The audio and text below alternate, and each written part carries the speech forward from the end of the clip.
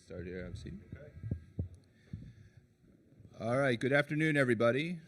Welcome to the NCAA Men's Basketball Championship West Regional here at Crypto.com Arena. A couple announcements before we get underway. As a courtesy to your fellow media members and team participants, please remember to silence your cell phones. For those of us in the room here, if you have a question, please raise your hand. We have two mic holders, Wesley and Luke, and they'll make their way over to you. We ask that you provide your name and media affiliation each time that you ask a question during the press conferences. For those of us joining on Zoom, please make sure to raise your hand. Use the raise hand function, and we'll get over to you. We're going to address questions in the room first and then over Zoom. And a reminder here that recording of press conferences on cell phones or cameras is prohibited. One final reminder before we get underway, our satellite coordinates for today are SES3, transponder 14, slot B9. Hope you all got that. Downlink 11,975.5 vertical, date rate 11.914, symbol 7.2. If you have any further questions, that was a lot of numbers, I know. If you have any further questions about satellite coordinates, please see the representatives in the back of the room from Hammond Communications. All right, with that, we will get our press conference started here with Clemson head coach Brad Brownell. Brad, we ask that you just provide an opening statement here, and then we'll get started with questions. Yeah, obviously really happy to be here. Proud of my team and the way that we played last week. I thought we had some terrific performances, and certainly we'll need one of those this next game against Arizona. I've watched them a good bit throughout the year. Tommy's done an unbelievable job at Arizona here these last couple years. This team, like most, super dynamic offensively, really good inside-out offense, a little bit like we play. We're very familiar with Caleb Love and obviously how good a player he is from his time at Carolina.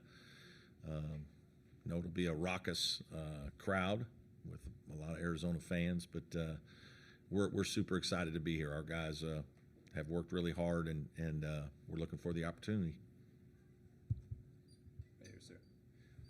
We'll go here in front. John Blau with the Post and Courier. Sorry for the offbeat question, but Boz Leida, what has it been like to kind of see him transform from a guy you're obviously hoping to have some pretty good minutes as a reserve to kind of that team hype man? Yeah. He's just a terrific kid. We knew that. We had Ben Middlebrooks leave and in the transfer portal, and obviously when you have a guy like PJ back, there's not going to be a lot of minutes, so it's hard to recruit somebody to come in. We told him it's going to be a 5 to 7 minute job, and he just wanted the opportunity to play at the high major level. Wants to be a coach. I think that really spoke to me. He's an unbelievable energy giver in terms of a person, and it's unfortunate that he's had some shoulder issues this year and won't be able to finish the season. But what he's meant just in terms of energy and positivity, tremendous. And to have a guy who cares about the team and just about the experience really helps keep us, in a good place. And there were times this year when that wasn't easy. We'll go in the back. Joe Reedy, Associated Press. Brad, how much did the propel you to this year, the support that you got from the administration last year after narrowly missing the tournament, but also Joe and PJ came out pretty emphatically and supported you after the Baylor game? How much did that mean too? Yeah, it always means a lot when your players have your back. It's just special, right? I have tremendous relationships with my guys, and certainly PJ's somebody I've started recruiting him when he was probably 15, 16 years old. So we've been together forever, competed against Joe, and I think it speaks to Joe's Clemson experience, how much he's really enjoyed being a part of our program. In terms of administrative support, I've been lucky. I've had great support for 14 years, and I think we've had a consistent program. We would like to have made the NCAA tournament a couple more times. Last year was excruciatingly painful, as we were one of the last teams left out. It happened to us in 2019 as well. But we have had, we've had some good teams. We've I've said this before, we're 5th in the ACC in wins over the last 5 to 7 years. I don't think people would, be a great bar question, right? I think we would not be somebody that people would think that. But we've been very consistent. I think we have a lot of respect from the coaches in our league. But, again, it's what do you do in March? This is the biggest time of year. And so in 18, we went to the Sweet 16. To be able to come back here, in 24, I think, again, there's not as many programs as you would think that have been to a couple in the last 7 years. And so we're moving the needle. We're trying to continue to push it forward. But I've been very fortunate in my 14 years at Clemson that I've had Graham Neff, who is my 3rd athletic director, and we have a great relationship and have had for a long time. He was the number 2 man for a long time under Dan Radakovich, and he was in my sports supervisor, so we've been close. And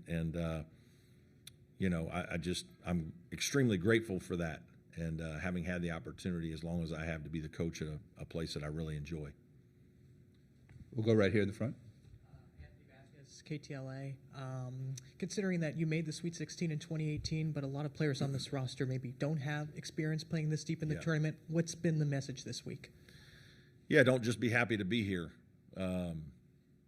We talked, at one point during the season, I think it was in January when we were struggling, I had a really hard meeting with our players, and I told them I was, we were teetering a little bit. We had an unbelievable November and December. We were, I don't know if it's just so excited to play, and we played a really hard schedule, and we won a bunch of games, and we had like no adversity, and we were 10-1 and playing great, and then came back from Christmas and got smacked in the mouth by some teams in our league, and had a hard time stringing some games together. We lost a bunch of close games, one-point games. And at one point I told our team, I think we were 4-6 in the ACC, and I said, guys, we need to understand something. I think some of you guys think we're the 10-1 team. Right now we're the 4-6 team. And if we go 4-6 again, we won't be playing in the NCAA tournament. And I said, that'd be a shame because of what you did the first 2 months of the year, but also because I think we're good enough to go to the Final Four. And that's not something that I throw around easily. And I asked my older players, have you ever heard me say that to you? And they said, no. I know my 2018 team, I said the same thing to them. I thought we were good enough to do it. But obviously we're going to have to finish the season the right way. And we played better. Still a little inconsistent at times, but I do think there's a belief that our guys have that we're pretty good, and when we're clicking, we can play with anybody in the country. We've proven that. We've beaten some of the teams in this tournament, and so I think that's a big part of it. But these seasons are so long; they're almost too long, to be honest with you. We start practicing in September, and now we're at the end of March. You're going to have ups and downs. You're going to have some times that don't go well, and you got to respond. Here. Darren Carter, Greenville News. Yep. Coach, Josh Beadle, he didn't play against Baylor, and I think he logged 3 minutes against New Mexico. What has caused his minutes to go down? It's nothing that he's done. It's just been coach's decision based on how other guys have played. We've gone with our starters more experienced players in these big time games. Right there. Shelby Swanson with the Daily Tar Heel. Coach, obviously, you don't want the road to end here, but what can you say just about having 4 teams here representing the ACC in the Sweet 16? Yeah, I've been pretty outspoken that I've been in our league 14 years, and so I knew the quality of play that we had this year. I thought we were extremely deep. I told everybody before the ACC tournament that I wouldn't be shocked if a higher seed team won, or lower seed, however you want to look at it. And NC State won our tournament. I just think that there's great parity in our league, and it seems for whatever reason, I think because we have a lot of different styles of play in our league, that when we get to the NCAA tournament, we've kind of seen everything, and our teams adjust and seem to play very well this time of year. So certainly there's a tremendous amount of pride with our coaches and players that the ACC is performing as well as it is. But again, I don't think that any of us are surprised by that. We'll go to the third row. Yeah, hi, Bruce Pasco from the Arizona Daily Star. Coach, I think Arizona got back home about 6 p.m. on Saturday. You guys played Sunday night. I was wondering, did you go home to Clemson? And what was that short turnaround like? Yeah, we had a less than ideal probably. We got home at 3:30 in the morning on Sunday. And then, kind of realized we play on Thursday, so we better get back out to California. And so we chartered a plane and we had to drive an hour to Greenville. So we left campus at 4 o'clock. So we were really only home about 12 hours. And, yesterday was a little challenging. We practiced, but it wasn't easy. Just trying to get our legs back, just get used to the time change and all of that. I'm optimistic we'll be ready to go tomorrow. But it's been a quick turnaround. That's for sure. A lot of sleepless nights for the staff trying to get ready. We'll keep it in the third row. Go ahead. Beth Harris, AP. Brad, I'm wondering, the NCAA president said today that they're going to start working on some kind of plan to ban prop bets on individual players. And I'm wondering if you have an opinion on that, and also whether you've seen any of your players get harassed or bothered either at home or on the road about stats and things like that this season. I haven't seen it personally. It wouldn't shock me. People are extremely aggressive these days. We get phone calls in our office sometimes when things obviously don't go better's way, and we get some nasty calls. So I know our players probably get that through social media. Obviously, I'm for that. And, it's a really unique time with everything going on in college athletics, and now the gambling piece is a whole nother, log on the fire. So it's really, this is so special. This whole experience as a young person is so special that I know it's professionalizing in a lot of ways, and I'm a little more old school, and that it worries me tremendously. And, that's another thing to be worried about. Quickly, for those joining us on Zoom, if you do have a question, please use the raise hand function. Keep it in the room here. Go ahead, right in the front.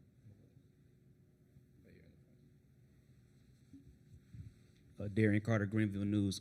Joseph Girard, he's having a career year from the three-point line and the free throw line. Yeah. With him being a graduate student, did you guys help him with his average? Or is that just Joe being Joe? I think it's a combination. I think his experience certainly helps. I think his poise, his swagger, the fact he's been in all these moments, he's been in every kind of situation you can be in as a player. He's got that inner belief that you can't coach. But then I also think we've done a good job as a staff and players of putting him in positions to be successful, and he certainly has capitalized on that. We've got time for two more here. Let's go over there and then. Oh, go ahead. Standing on Joe, how much has he meant to the program for you, just coming from Syracuse and somebody who you watched for 4 years? Yeah, he's meant a lot. We knew we had a good team coming back. Chase, Ian, PJ especially. You have three really good players. We lost Hunter Tyson, who's playing for the Denver Nuggets, and Brevin Galloway, 2 starters. And we wanted a wing with size, and so we went out and got Jack Clark, somebody who could defend and rebound. And then we wanted some scoring because Hunter was a first-team all-league scoring type guy. And what I'm really proud of is I think the guys within our program opened the transfer, brought the transfers in with open arms. And I think that's maybe a bigger deal than people realize. Is it's great to want to bring in a bunch of transfers, but the guys in your program got to be up for that too, or you're going to have bad chemistry issues. We haven't had that. PJ and Chase, I think, recruited Joe about as hard as we could to get him here, partly because we knew what kind of player he was and that he was going to be a good fit. And I think Joe, having competed against our team for 4 years in the same league, had a good feel for how we play, had seen guys in our program be successful, liked our style, and felt like this would be a good place for him. Final question over here. Yeah, Coach. Asking about the front court, what do you face in Arizona with Barlow and Krivas and Johnson? What are your expectations? Yeah, they're tremendous. I mean, they've got a lot of really good players. Certainly, what you're impressed with is the way they have balance. They play with pace. They certainly have an inside presence. I mean, they go right to Barlow on the high-low right away, initially on almost every possession. Johnson is super athletic, competitive, tough. Beats you off the bounce, can make a three, he can guard 5 men. He does everything, switches onto guards. They just, as you would expect, a team who's had as much success as they have, top 10 team throughout the year, they've got a lot of really good players. They've got experience, both on the perimeter and in the post. Well, thank you, Coach. Okay. Thanks, everybody.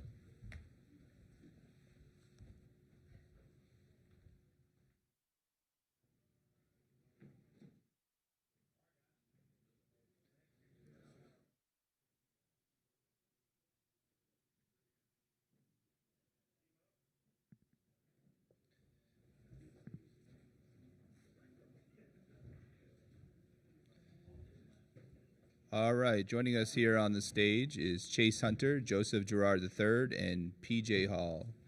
We'll go ahead and open it up for questions. Again, remember to state your media affiliation before asking the question. Go ahead, we'll start right here. Darian Carter, Greenville News. This is a question for you, Joe. You having a career high in three-point shooting and free throw percentage. How have you refined your shot entering this 5th season to boast those averages? I mean, just, being consistent in the gym, trying to, work out as much as I can. But I think, too, I obviously had some great teammates at Syracuse, great teams, and a great system. And, some of those guys are even in the NBA. But just a new system, it's a different kind of offense where, there's a lot of other great players around me who can do different things that kind of make my job a lot easier. And, it's just, like I said, that a lot of the credit goes to the system that Coach Brownell has here, and obviously the players around me who take a lot of pressure off me to kind of just focus on maybe sometimes an easier catch and shoot than I've had before. Go to the back row. Joe Reedy, Associated Press. Joe, PJ, you came out emphatically and supported your coach after Sunday's win over Baylor. Just what caused you guys to do that? Was it just stuff that popped up over the year and just getting into Sweet 16? Yeah. I mean, you see, we're all online nowadays. It's social media. You see a lot of the things that people might say about players, coaches, teams, whatever it may be. And, us as players obviously didn't end the season the way we wanted to against a few teams and lost some, pretty bad games and pretty badly. And a lot of times Coach Brownell is the one getting heckled for it. So we just wanted to show that we had support for him. Obviously, he's been here for 14 years, one of the better ones in the ACC. And we just kind of wanted to show support. Because getting to the Sweet 16 is not easy, and to have him leading us here is a pretty good job. Yeah, a lot of the same. It's the second Sweet 16 in 7 years, and it over the past 6 or 7 years is also one of the one year coaches in the ACC is I think he's like top 6 winning coach in the league. So, I mean, there's a lot of credit that he is due and doesn't get, and so playing for him for 4 years and being a South Carolina kid, whenever someone goes after somebody who you've been playing for, it's not fun or easy. And so, being able to win for him, we continue on this run is special. What made you ultimately choose Clemson and just being welcomed immediately and just how things have gone this year? I think just being, comfortable with them, familiar with them for 4 years, played against them a bunch of times, and, kind of knew the system, knew the familiarity, knew how much these guys like playing for each other, and had a little bit of a connection to Coach Donlin back when he was at Michigan with Coach Beeline back to my high school days, so I was familiar with him. And then when Coach Donlin and Coach Brownell came to my house for an in-home visit, I always tell the story. They were bragging about the locker room and how great these guys were to each other, and how much they really enjoyed playing together. And that was something I wanted to be a part of for my last year. And I obviously knew how great how great of a team they had last year, and a lot of those guys were coming back. So I had one shot at it to kind of get to a moment like this, to get back to a Sweet 16 like I did my sophomore year, and I felt like these guys gave me the best chance, and they've been nothing short of the best teammates I've ever had. We'll go to the 4th row. Brian Hamilton from the Athletic. PJ Chase, why has Joe been a fit? Why is a 5th-year guy coming in from Syracuse? Why has he fit so well in the room? You started. Yeah, I think it's just because he's a great player and a great guy. And, he came on a visit, and we immediately clicked. I told him that I want the best for both of us when he came. I was glad when he committed. But I think the biggest thing is, like he said, we're all great players and we all want to see each other win. And so when that's on the court, you can see it. Yeah, I mean, obviously there's a lot of stuff that speaks to his game with his shooting and playmaking ability, but that's not going to work out if you're not a good dude. And so, coming on his visit first time and standing here for a couple of days and just meshing with the guys right away, we all knew that he was a perfect fit for our culture and our program. And, it's been nothing short of that. And so we get out and play golf a good bit whenever we're not in season, and we have a good time. And it's whenever you're able to connect with somebody that fast and that easy, it's a good fit for the team. Yeah. Over here in third row. Jordan Mendoza, USA Today Sports. Coach had mentioned that you guys had familiarity with playing Caleb Love before, and you guys all had experience playing against him too. And him having one of his best seasons, how are you guys approaching like the familiarity aspect of facing him, and then just also like how he's been able to elevate his game this season? Star player for sure. He's definitely coming to his own this year. He's having a great year, one of his best statistics here as well. I mean, it's incredible to watch and kind of keep track of from afar after playing against him for a couple of years. But other than that, I mean, there's a lot of good players on that team. And one thing that we've done these past two games, try to make guys uncomfortable, try to make guys get out of a rhythm. And I think that's kind of the same thing for this game. I think that kind of speaks in general for all games. When you're going against a great player like that, you just got to kind of try to limit his chances. Yeah. Over here in the fourth row. For PJ, Arizona likes to go to Ballo a lot, and they like to move the pace, fast pace, very well. For you got in foul trouble in the last game. What are some keys for you to be successful in this game?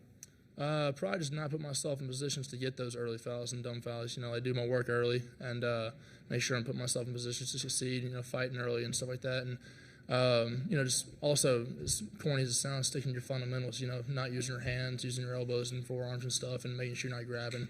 All the stupid stuff that can get you those dumb fouls, try to stay away from that. We'll keep it in the fourth row. Addison Combach here with Arizona PBS. This is for Chase and Joe. Kind of bouncing off that. Arizona plays at such a high level pace, like moving the ball up and down quickly. How do you guys kind of plan to neutralize like Colin Boswell, Caleb Love, and those guys? Yeah, just making things hard for them. Making sure they're not getting any easy looks. Making sure that we're closing out hard on them. Not letting them get in the lane. And then, the thing is they got to guard us too. So, making things hard for them offensively as well. And then, like I said, just making things hard for them and let them get some easy open looks early.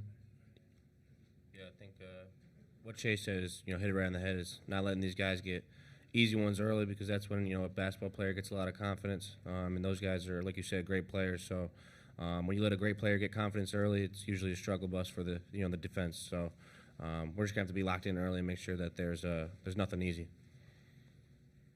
Over here in the first row. Anthony Vasquez, KTLA. Question for PJ and Joe. How do you think the team has responded after a sloppy end to the regular season and the ACC tournament to now playing in the Sweet 16? Yeah, great. And, it's funny, like you hear that a lot. Obviously, the last game we played, it was more than sloppy. It was terrible. But, I mean, watch that outlier leading into that, even though we had a couple losses at the end of the season. We were playing some of our best ball.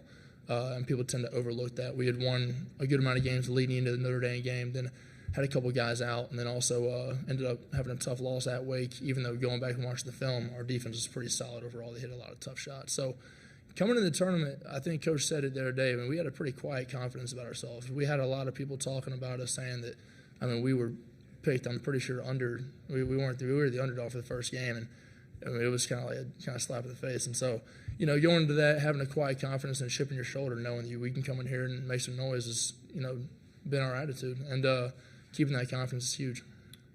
I think, I said it last week. We just kind of want to get our competitive edge back. And, that week of practice from, again, you got to kind of try and take a positive from every negative. So, we lost that game at BC, but it gave us like 9 days, until we had to play again. And, we had a lot of practices, a lot of time in the gym together, a lot of meetings, a lot of film, and it kind of just gave us an opportunity to get that competitive spirit back that we had earlier in the season when we were winning a bunch of games. And, it gave us a lot of confidence going into the, early games here in the tournament. So, and like Coach says, you kind of got to just try and bottle that momentum up as best as you can and keep it moving forward. follow-up for Joe. What's it like being back in the Sweet 16? You made it with Syracuse. What's it like being back here at Clemson? It's unbelievable, man, and that was one of the things in the transfer portal that I was really looking forward to, is finding a team that I could get back here, because there is no feeling like playing in March, and these guys are unbelievable the way they brought me in, and they obviously have an unbelievable culture, unbelievable system, unbelievable players and coaches. So it's unreal, man, and it's a dream come true, honestly, and I'm just so thankful to be back here, but hoping to make it even farther this time. Do we have any other questions? Go ahead, right here.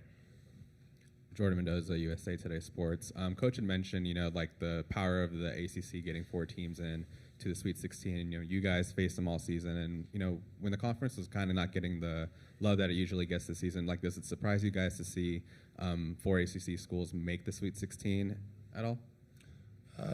No, not in the least bit. I mean, it's funny, like, that's happened like every year. I don't know about 4 in the Sweet 16, but like a couple years ago, we had 3 in the Elite 8, 2 in the Final 4. Like, it's every year we get not enough respect and disrespected all year.